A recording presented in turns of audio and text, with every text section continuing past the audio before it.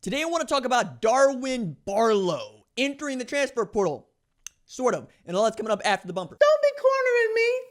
Hold up. Time. You gotta help me with that corner shit. What's up, kinfolk? It's RJ Young. I am not on a step mill. Consider hitting the like and subscribe button because I upload a video every single day. It's always college football related, sports related. We have a good time. Today, we need to talk about Texas Christian tailback Darwin Barlow entering the transfer portal. He was TCU's leading rusher last year, but that's not really what we are here to talk about, because the reason that this channel exists is really to talk about the narrow, really interesting minutia, but also just pettiness that is college football, because my favorite thing about sports is the stories. And the stories that we tell ourselves in as much as the stories that are actually true. So one of the stories that we tell ourselves is that Darwin Barlow entering the transfer portal is not that big a deal.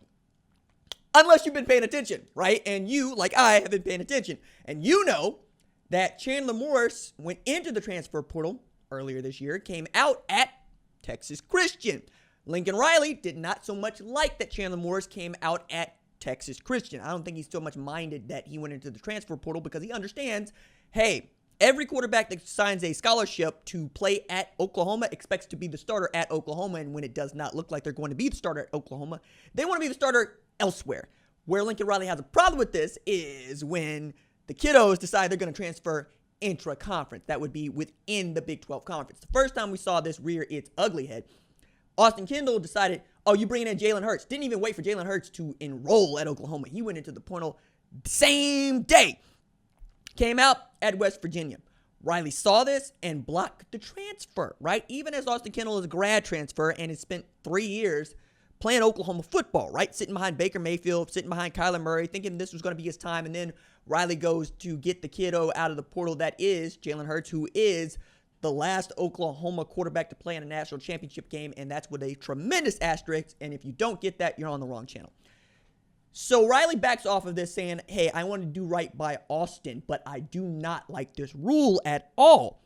And he took another opportunity to say just that when he decided not to release Chandler Morris to be able to participate in spring practices right away with Texas Christian. Gary Patterson being like, I can't do anything until they release him, because that's one of the rules that is still in place with the Big 12 conferences. You have to secure a release from your previous institution to be allowed to play right away, even in this age where most everybody that wants a waiver has gotten a waiver. So much so that the NCAA has said to hell with it. We've already allowed one-time transfers without penalty across every other non-revenue generating sport, but apparently the ones that make money, they want to enforce this policy of having to sit out an academic year before you can play in your chosen sport. That means men's basketball, baseball, and football. Now, we're going to see that blanket across, right? It's in effect. You are going to be able to transfer one time without exception and without penalty, right? Wherever you want to go, which means that all of these rules that were in place among the conferences, in which you had kiddos that wanted to transfer in conference but feared doing it because they didn't want to sit out a year, going away. The reason that Riley did not like the intra-conference transfer rule is because he believes that his intellectual property travels, right? So if you're a quarterback that has been in his room, you understand at a real interesting and intellectual level the concept that is Oklahoma's offense, and you could use it to hurt the other team. And we saw this with Baker Mayfield and Texas Tech, and really Texas Christian as well, because they ran a similar system. Baker could stand on the sideline and tell you exactly what was coming, right? He knew what they wanted to do offensively and could relay that to the defensive coaches.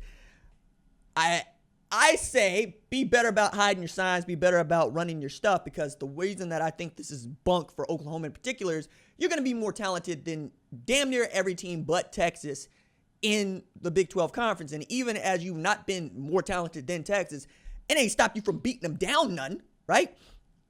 But now with Darwin Barlow going into the transfer portal, we get to talk about Oklahoma perhaps poaching a Texas Christian tailback, because you'll know that Seth McGowan is no longer a part of OU's team, along with Trajan Bridges, for off-the-field issues that you can go look up on the interwebs. We don't have time to discuss it today.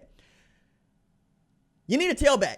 And rather than say, hey, Mikey Henderson, we know that you are a great H-back. We know you play some quarterback also at Carrollton. We also understand that you can play some tailback.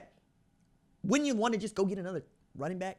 Especially if you got one in Darwin Barlow, who could be your third dude off the bench if Marcus Major's not that guy. But knowing that you have Eric Gray, Kennedy Brooks, you have your two bell cow backs. But one of the things that you might learn, especially for instance 2017, is that you can never have enough tailbacks. Ever, period. So losing TJ Pledger to Utah does not help Oklahoma at all either. And then losing out on the Kamar Wheaton sweepstakes, and then before that, the Jace McClellan sweepstakes to Alabama. Yeah, you wanted to fix this, right?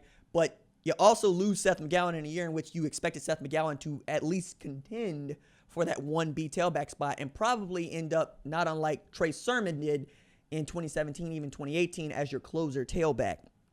And then you look at the kind of backs that have come through Oklahoma. Shout out Jay Boulware because he had the cupboard stocked in full, man. Look at what Trey Sermon was able to do at Ohio State. He has the single game rushing record for Ohio State, a record that had stood for 25 years and was held by Heisman winner Eddie George before he broke it. 29 carries, 331 yards on the ground in the Big Ten championship game. Just a tremendous feat from him. But I'm here to see if Riley and DeMarco Murray have it within them to go get Darwin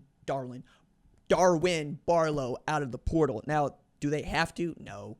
Will there be other tailbacks to chase? Probably, because we're going to see this thing tick up a little bit more, I think, in June, because you have to have transferred, I believe, by July 1 to be eligible to play in the 2021 season. So you have basically a month to get your roster sorted and in order.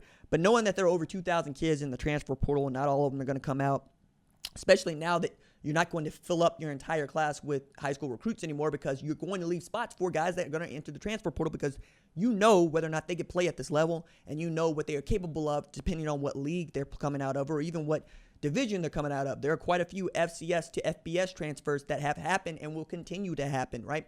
You're going to see dudes that were killing it in the American, in the MAC, transfer into quote-unquote Power 5 conferences, Autonomous 5 conferences. You're also going to see kids transfer out, right? Like Kentucky is a very interesting place right now because they're able to get some dudes, one of them being Will Levis out of Penn State. By the way, just going to throw this grenade in here for all the Ohio State fans that happen to be watching this video that's titled about Oklahoma and Texas Christian.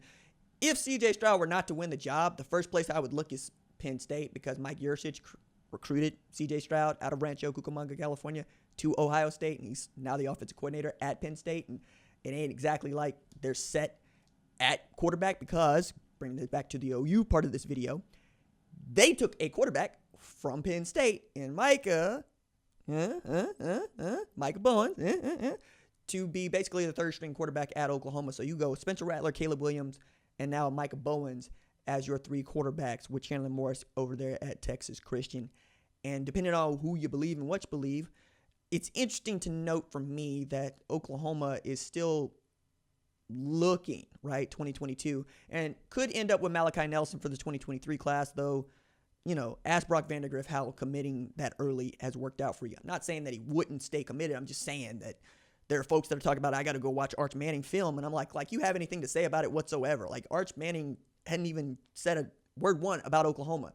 It's been LSU, Ole Miss, Tennessee, Georgia, Ohio State. If you think that Arch Manning's going to give a look at Oklahoma, I'd be surprised if he doesn't. But knowing what you got over there and Malachi Nelson making a decision, yeah, okay. All right, that's it for me. Deuces.